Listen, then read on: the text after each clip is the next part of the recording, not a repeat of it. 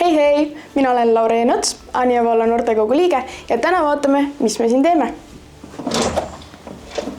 Minu jaoks kõige olulisem asi, mis me oleme noortevolikoguga ära teinud, on juba 3. aastat toimuv ideekorje, sest tänu sellele oleme me paljud noorte probleemi ja murekohad ära lahendanud ja Anija valda paremaks kohaks muutnud.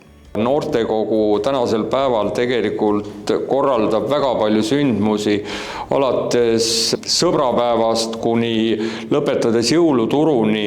Anija valla noortekogu jaoks on väga oluline koostöö vallavalitsusega. Igal kuul kohtume me volikogu esimehe, haridusspetsialisti ja noorsootöötajaga ning arutame väga olulistel teemadel.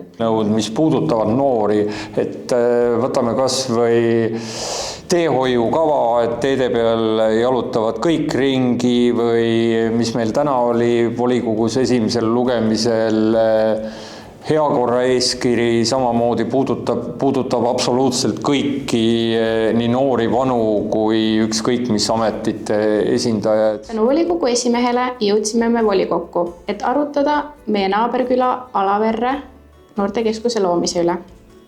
Mina arvan, et kõige olulisem asi, mis meie oleme noortekoguga ära teinud, on noorte kuulamine ja noorte kaasamine erinevatesse tegevustesse.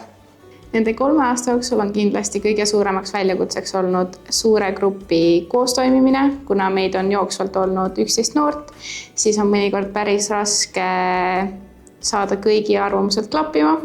Aga ma arvan, et ma olen sellega päris hästi toime tulnud. Mina kuulsin esimest korda noortevolikogust läbi kooli ja läbi koolikaaslaste ning mind ennast kutsus siia sõbranna.